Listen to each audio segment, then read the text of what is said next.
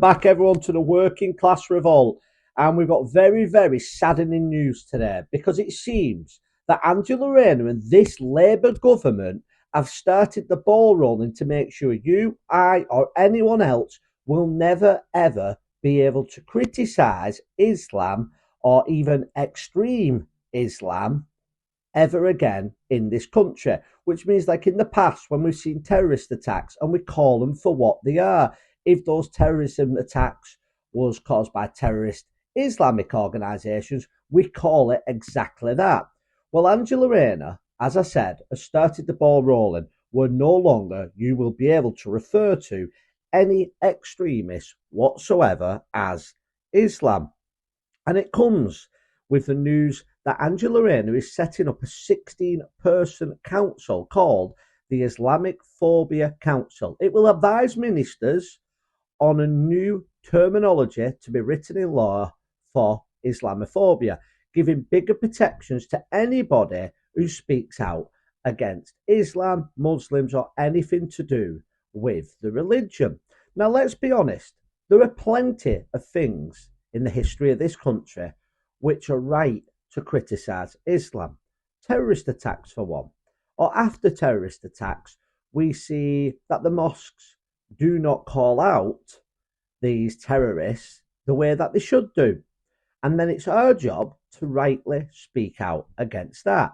We have hate crimes already in this country that stop people speaking out in a racist manner against other people of different colour or religions. So there is no need whatsoever for Angela Rayner or this Labour government to change the laws that we have in place. But I just want to read you what a couple of people from the opposition are saying about this and then tell you why I think the Labour Party are really doing this. So first of all, we've got from the Times Dr. Hargey, who said, "We must be cautious why it's essential to combat genuine anti-Muslim hatred. We should create an environment where people aren't afraid to criticise extremist ideology." And that's exactly what I'm saying. But I don't think that we do in this country actually have a problem with anti-Islamic or any other race. I think the British people are the most welcoming people there are in the world. And I think by constantly being told that you're racist, you're right wing, you must start talking about people like this, you mustn't say this, that drives people further and further to the right, if you can call it right and left wing. They're two ideologies that are also made up to suit the agenda of the elitists and mainstream media. Going on, we've got the former Sun editor, Kelvin MacKenzie, on GB News, who describes this council as a shocking mistake, suggesting it's a strategic move by Labour to regain the Muslim vote. He also questioned why similar protections aren't being extended to other faiths. And Richard Tice, the deputy leader of the Reform Party, said this council is unnecessary and potentially harmful.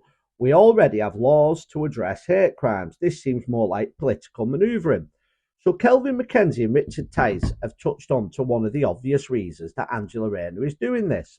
For the last general election in 2024, Labour lost the Muslim vote by massive, massive percentages because they didn't speak out enough for Palestine over Israel in their conflict. And that's what a lot of the far left and the Muslims believed.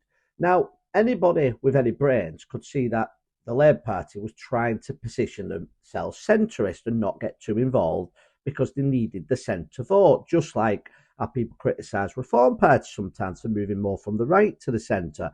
And whether you like it or not, the centre vote is what wins your general elections. But we knew that the Labour Party is far, far from centre, and this Labour Party is far to the left. And what it wants to do now is win back its left-wing vote and its Muslim vote. You see, with the Labour Party, you think the people that you see on the television are those that make the rules, but it's far from that. The Labour Party has many Muslim groups and far-left pressure groups that put pressure on the Labour Party and the membership to change policy of the government, and that's exactly what you see here. Another reason, Angela Rayner is an MP. It doesn't matter if she's the deputy leader. If she loses her seat as an MP, she loses all the power she has. And Angela Rayner had massive, massive backlash in her seat, and her seat is at the moment being predicted to be lost to the Reform Party. So she desperately needs that Muslim vote back. But there's something far more darker with the Labour Party at play. It's not just about winning the Muslim vote. In my opinion, it's all about morally virtuing and moral signalling. The Labour Party seem obsessed with hating anything that is truly British. And they're obsessed. They love the idea that white British people are suppressing people, oppressing people, I should say. So when they see people like Muslims, they like to pretend that the Muslims are victims to white British Christian people and that they must stand up and protect them, which, let's be honest, couldn't be further from the truth. I agree, the majority of Muslims fit into this country.